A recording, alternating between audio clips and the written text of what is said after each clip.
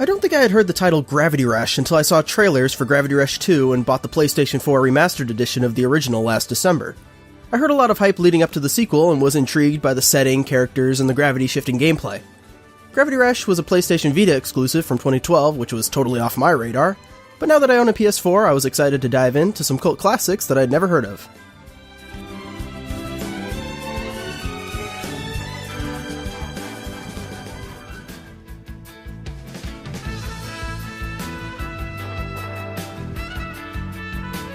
Gravity Rush 1 is adorable and fun to play. After a while. You could say the game does a good job of easing the player into its fairly complex controls by greatly limiting your movement speed in the air as well as giving you somewhere to start so you feel more powerful as you slowly level up your abilities. Unfortunately, my first impressions of the game were that the controls felt finicky and sluggish at the same time, on top of wrapping my brain around the gravity mechanic and the spiraling camera work trying to keep up with me. It's all very overwhelming, and I wouldn't be surprised if many players gave up on the game early without truly getting used to the controls. But after only a little while, turning off motion control and earning a few early upgrades, soaring around Hexaville became a joy, and exploring the intricate environments was very rewarding.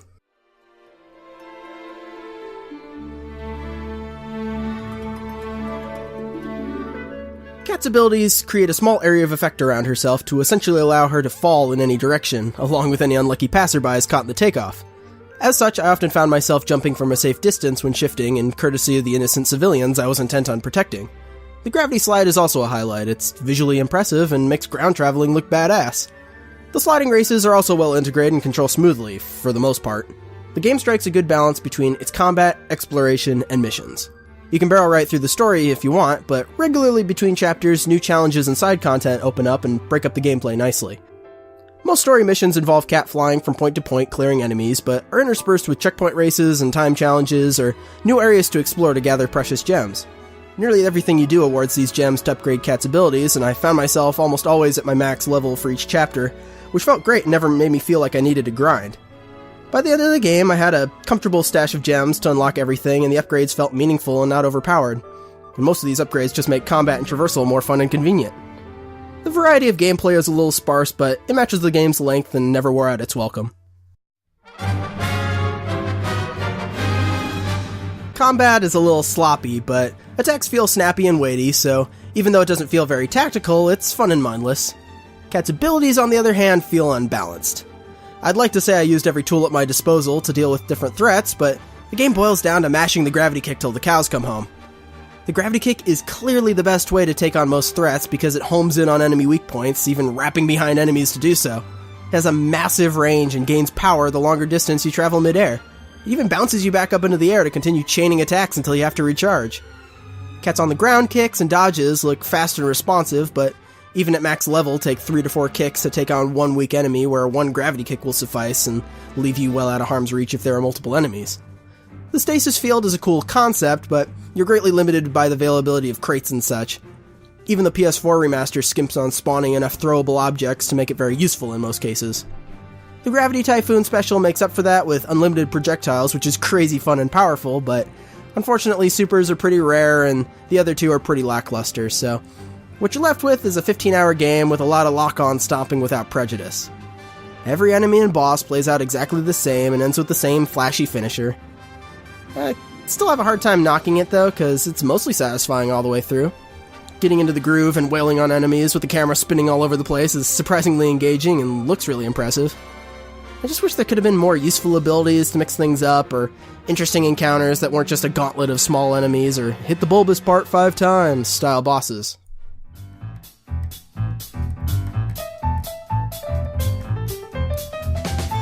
Hexaville is a pretty unique setting. The pseudo-Gothic and English architecture are a fresh departure from the typical cityscapes and fantasy environments, and the French-inspired voice acting and music paint the world and its denizens as cool and appealing. From downtown's bustling squares to the night-clad entertainment district's lustrous glow, the city is alive and hides numerous alleyways and passages to explore for precious gems. It was a world I wanted to explore, and Kat's powers made sightseeing a breeze. All the while, the instrumental themes of each district add a great sense of character, and were always fun to listen to, even during lengthy gem hunts. The illustrated character portraits and comic book cutscenes are also highly unique and tie together the stylized superhero narrative.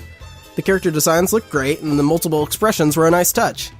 The ability to wiggle the frames around with the gyro and the controller was a little obnoxious and not a feature I would have implemented, but it was a stylistic choice. I've always enjoyed the evolving comic book style of certain webcomics like the TF2 comics. It adds a lot of visual variety to reading a block of panels and speech bubbles while adding a sense of energy and making the moments pop more than they would have if you could see the panels on the page before you should. The game has unlockable costumes as well if you're playing the remaster or bought the DLC, and I really think all open-world games should have customization options like this. It's so minuscule, but getting to look at something different or express myself through a costume goes a long way when I'm just running around collecting stuff. Overall, the look of the game is really sweet and still holds up even when compared to the sequel. The story and characters are charming, if not a little flat, but much like most of my open-world game experiences, I didn't find myself very invested in the plot. The game starts off promising, with a mysterious opening where we want to question Kat's backstory, but are thrust into responsibility and asked not to think about it too much. I like that. We didn't need a lengthy explanation or context. We're a superhero who can shift gravity and we want to help people. Done and done. Great narrative. As the player, I want to do the thing, and the game provides that motivation. There's a terrorist threat that needs my help in disarming? Great. Point me in that direction. There's this weird homeless man claiming to be God who flashes open his trench coat to reveal a portal to an alternate realm. Okay, slow your roller game. I didn't sign up for that. The 0 to 60 in which this game derails is staggering. You can hardly see any of it coming, and even less of it is adequately explained. The game just keeps heaping on convoluted plot devices to make interesting set pieces and shrugs it all off as, we'll explain it in the next one. Now, there are plenty of games where I can buy into that there's some higher power that wants to meddle with the mortal realm, but Gravity Rush paints these characters as unreliable and useless. The game doesn't take its time to justify the nonsense or make me care about any of its cast outside of Kat herself. It really feels like the environments and encounters were made first and had to be stitched together at the end with a loose narrative, and this one level just makes me jump down this big beanstalk for 20 minutes with nothing in between? Riveting. It tries to mix things up with one or two stealth missions, which are dreadful, and these rift plane levels that, while visually interesting, are just gussied up enemy gauntlets. I just wish the game could have kept things a little more manageable, you know?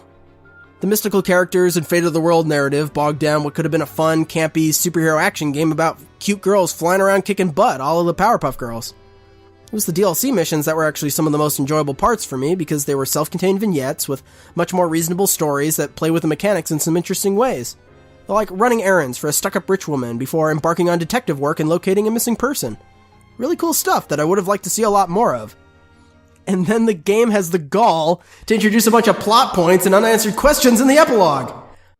Now, I would have felt really ripped off if I had played this game back in 2012 or even the beginning of last year, and thankfully I only had a couple of months to wait for the sequel, but could they really tie up all these loose ends?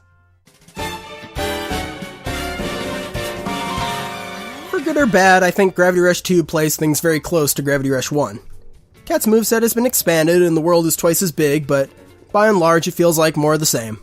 In a lot of ways that's a good thing, because the base experience is still fun to traverse and satisfying to play. Now, movement was the selling point of the first game, and the tweaks here are also a mixed bag.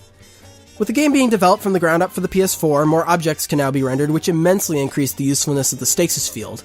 Most areas are now teeming with projectiles, and some enemies are destructible, and their armor can also be used as ammo. The attacks are fast, have enormous range, home in on enemy weak points, and leave you comfortably out of attack range. Human enemies can also be disarmed, whacked with their own weapons, and even more ridiculously, since Nevi, that's these black enemies, still can't be picked up, human enemies are a complete pushover because you can pick them up and knock them into each other, hurl them into the abyss, or rapid-fire their bodies into their mechs until they explode. Pretty brutal, actually. It also used to be that the stasis field required Kat to lock in place to gather objects, but now all gravity abilities, including the slide, are instantaneous and greatly help with the flow of combat and traversal. The once almighty gravity kick is now relegated to cleanup duty whenever you eventually run out of stasis fodder. Additionally, gravity kicks are useless against speedier enemies, and more Nevi have armor which take multiple kicks to take down. I also felt like I was missing my target with the kick much more than I did in the first game. The game now takes your movement into account and doesn't just auto-lock onto enemy weak spots, which also hurts the kick's usability. The regular ground kicks get some chances to shine when gravity powers are stripped away, but it's really just a reversal of the same problem from the first game. Spamming stasis field even protects Kat from projectiles at later levels, so there's really no reason not to use it when there's so much free ammo lying around. While this certainly was a fun surprise and detour from the first game's combat, I still wish I had more incentives to use my other powers more frequently. The addition of gravity styles is a really cool concept and looks sweet as all get out, but wasn't implemented as well as I would have liked. The Lunar and Jupiter styles aren't available to mess around with until much later, and they're not quite as fun as I'd hoped they'd be. Now, Lunar style makes Cat light as a feather and kind of unwieldy if you try to run with any precision, but it makes platforming much more fun than it's ever been. You see, Gravity Rush 1 dabbled with non-gravity platforming, but Cat's default jump is kind of delayed, and it's easy to misjudge where you're going to land or slip off platforms. Now, there's this really cool level where you can walk across platforms and change the gravity by stepping into these directional zones, and this is expanded upon in the sequel, but I can never get the hang of it since the game has taught me to rely on my powers to get around and correct my jumps. Fighting in Lunar style is pretty useful for taking care of these new speedier enemies, which is a much needed variety that prevents you from spamming your regular gravity kicks. Jupiter style, on the other hand, never quite clicked with me. The added weight makes ground travel impractical, and gravity shifting is too fast and unresponsive. There's a bit of delay after you freeze gravity, so trying to make quick adjustments in the air feels like you're spinning donuts. It doesn't help that the game introduces this mechanic in a claustrophobic maze of tunnels full of debris that you're supposed to smash your way through with reckless abandon. I always end up crashing into something that isn't destructible and getting all turned around, and the wide turning radius means I keep attaching to walls that I don't want to be on, and it's all very disorientating. Combat is supposed to feel powerful, but with Gravity Rush 2's kick aiming, I never seem to hit my target, so it mostly went unused. Being able to fly and slide faster in open areas was primarily the only times I even used it. So combat is kind of hit or miss. While I love the buff Stasis Field received, it makes combat even less engaging since now I can safely pick off my foes from a distance without much thought. I love the concept of the gravity styles, but they aren't very fun to use and are very situational. But the exploration element is still there, and I loved flying around Hexaville in the first game. Now there's twice as much area to explore. Hooray, right? Now, flying around is still the best part of the game to be sure, but the copy-pasted environments are even more noticeable this time around. But that first time walking through the lively bazaar, packed to the brim with civilians and booths, was breathtaking. And then rampaging through that same square, throwing every destructible object in sight as people scattered frantically was insanely satisfying. But after not too long, objectives seemed to be way too far away, and the prospect of painstakingly collecting every gem, dotting every single building becomes too much to bear. They stretch the boundaries of the first game far beyond its limit and commit the unforgivable gaming sin: making exploration a chore. Faced with the daunting task of scouring this vast city for so little reward made me put off gem collecting altogether until nearly the end of the game. And that is one of the game's truest offenses. I lost the urge to familiarize myself with the new locations because every building looks the same or is at slightly different elevation without interesting back roads and connecting railways. Just follow the next marker across a big empty sky. And be real, why on earth do these districts need to be so far apart from one another? I understand the limitations of the Vita when designing Hexaville, but Jurgapara is just a bunch of floating nonsense. I get that narratively there's a social hierarchy and the divide between districts, and they wanted to be far apart and distinct, but it makes flying around not an optimal method of travel, and finding the hidden manholes a necessity. Now, in addition to exploration being such a chore, one of the first things I noticed was that the game's economy is all left up too. Now, you can still gather gems all over the environment one gem at a time, but upgrades are now astronomically more expensive since your moveset has been expanded and there's so many more places to hide gems. In the first game, gem hunting was mostly optional because if you were good at clearing challenge missions, you were always rewarded a hefty sum of gems for getting a gold rank, which I never found overly difficult. There was always just enough challenges and gems scattered across each district to cover the cost of your upgrades. Everything felt intentional. In the sequel, there are exactly the same amount of challenge missions stretched across twice as long of a game. You'd expect to have double the amount to fit the length, but no. And they don't even reward you that much more than the first game. As such, you can explore just about half the game right off the bat and amass quite a large collection of gems if you felt like grinding for an obscenely long time. This economy isn't balanced at all and heavily weighs on the player to run around collecting small clusters of gems one at a time for upgrades, which is ridiculous. But the designers thought of that, so they introduced the single dumbest add-on activity, mining. Now, mining is important to the plot of the game. You wake up in a mining settlement and help out the community by collecting gems that you usually end up pocketing for yourself anyway, in dangerous areas that normal people couldn't reach safely. That's cool and all, but then they introduce it as a side activity to literally farm for gems and the new collectibles talismans. First off, what a band-aid solution to offer a regenerating source of gems to pad out the already tedious process of leveling up in this game. Secondly, mining doesn't even give you that many gems. You're literally better off flying underneath every island for bigger value gems than slogging around kicking rocks for 5 or 6 gems a pop. The only reason this feature exists is to collect talismans, which in theory is a cool mechanic that changes how you play. You see, by mining or completing various objectives, you can collect one of 3 types of talismans to equip to Cat. These offer slight buffs such as increased health, longer gravity time, stronger attacks, etc. And there's this whole convoluted system after the midpoint where you can craft and merge groups of talismans together to make custom power-ups that suit your playstyle, but it's all based on luck and grinding, and the game does an adequate job of giving you free talismans that get the job done. I beat the whole game with only gem attractors and high mileage so I could stay in the air longer. And no joke, it made the endgame gem hunting a hell of a lot more enjoyable. With only a couple of gem attractors and some upgraded gravity powers, it was a whole lot less tedious to zip around and collect a sizable amount of gems before essentially having to come up for air and recharge my powers. I still wish there could have been more thought put into how often the player is awarded gems besides mindlessly hunting for them or grinding. A feature that I really did enjoy, however, is taking pictures with the camera. This mechanic is introduced really early into the game and is utilized a lot more than your standard screenshot feature. Right off the bat, the game looks incredible, and it's hard to resist pulling out the camera and playing tourist amidst the sights and sounds of Durga Parallel. Then add on the fact that you can set up a tripod and take a cute selfie in one of the greatly expanded roster of costumes and outfits. And you can earn and collect these adorable emotes to show off, and take photos with unlockable lenses and filters, and take photos while gravity shifting upside down or in midair. It's pretty expansive and offers a lot of cool possibilities, but that's not even the half of it. On top of that, you can upload and share your photos, and they appear in other players' worlds to be appraised for points. And that's not the only interesting way player communication is integrated. Scattered across the map are hidden apple chests that contain gems and collectibles like new emotes and talismans, and when you find one, the game asks you to take a photo of the chest as a treasure hunt for other players to find. This adds a great sense of interaction where periodically you receive a treasure hunt photo submitted by another player, and then you use that clue to find it for yourself. Sometimes the clue is really vague, so when you do find it, you make sure to give a better hint to the next person. Or maybe the photo helped you find it right away, and you can try to recreate that person's photo. This mechanic really improved what would have been the equivalent of finding a needle in a floating haystack. Even with the photo hint and a small search radius, some of these chests are just deviously placed, but these hunts were a real highlight of my playtime. Even more than that, the camera plays a big role in searching out secret murals, taking commemorative photos after a side mission, or even taking spy photos while hiding from guards.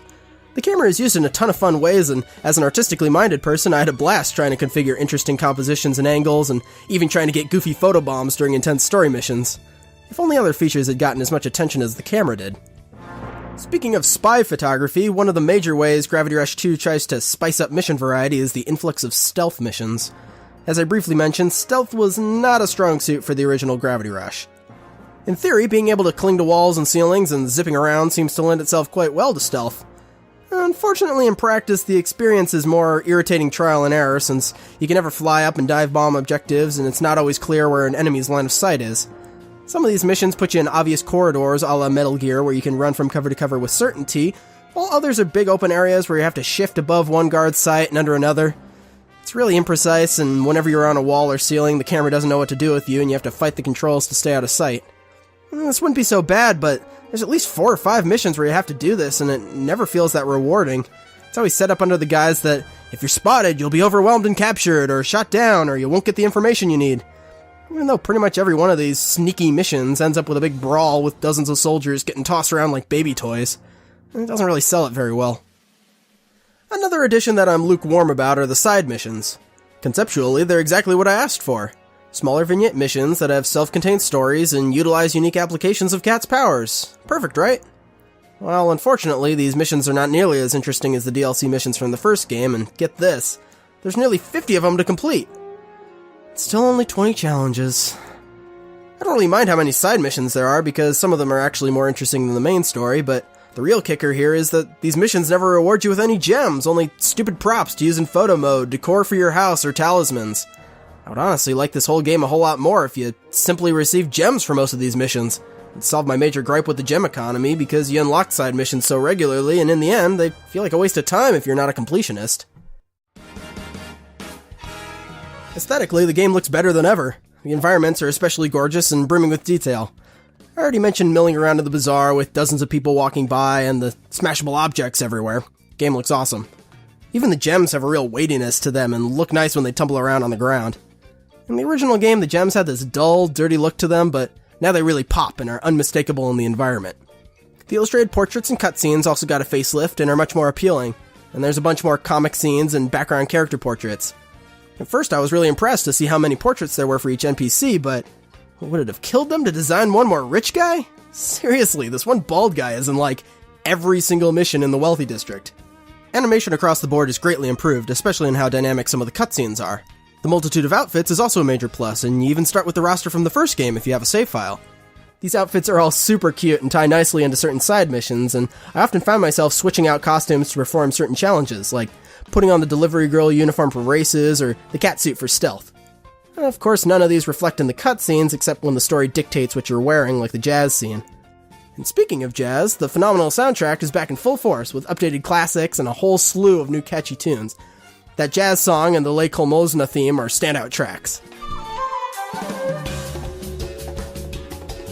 I don't really have much to say about the story, which is nice to avoid spoilers. It's just more of the same, really. Which is fine, since the side missions offer a lot more of the down-to-earth character moments that I like. I wish there were more missions that fleshed out the supporting cast like Sid and Raven, and not these self-contained stories with throwaway characters. The main plot still follows the ever-rising stakes set by the first game, and it takes liberties to set up a cool set piece rather than tell a cohesive story, but the game does a better job contextualizing most of these than the first game did. It still feels like the game has 3 distinct climaxes where the world is in peril, which then is immediately followed by a bunch of side missions where you're delivering newspapers and racing seagulls. The peaks and valleys of this game are so juxtaposed and haphazard. I guess them's the breaks with an open world format where the player has control over the pacing. It's just a little tiring once you fight the final boss in the same city square and the credits roll again and you're like, okay, is it done? It's like the end of Lord of the Rings or something. Even some of the connecting plot between 1 and 2 is hidden away in a short animated movie called Gravity Rush Overture? Come on, game, just explain what the hell is happening. There's even more time skips in this one than last time, and it just kind of loses its impact. Now, I could get more up in arms about how the game still doesn't deliver on most of the cliffhangers from the first game, but there's free DLC coming next month that will try to tie up some loose ends, so I'll withhold final judgment, but with this game's track record, I don't expect to be fully satisfied.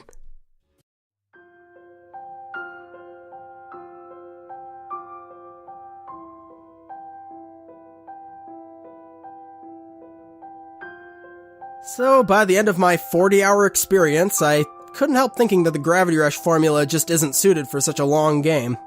Sure, by the end I was finally able to overcome the crippling economy, but by then I had no use for the upgrades. The story wants to be an episodic action romp, but becomes tiresome as the plot crests and falls frantically, and areas and enemies are recycled with boring combat. For all the advancements made to upping the production value of the models and environments, everything starts to look samey, and the powers aren't useful enough to make exploring this massive world enjoyable.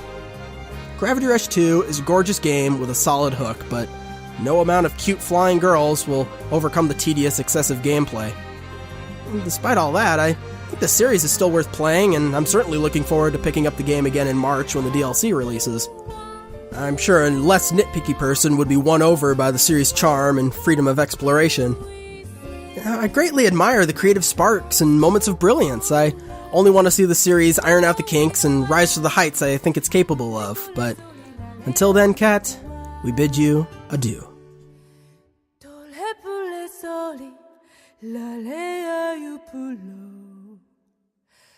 Le jour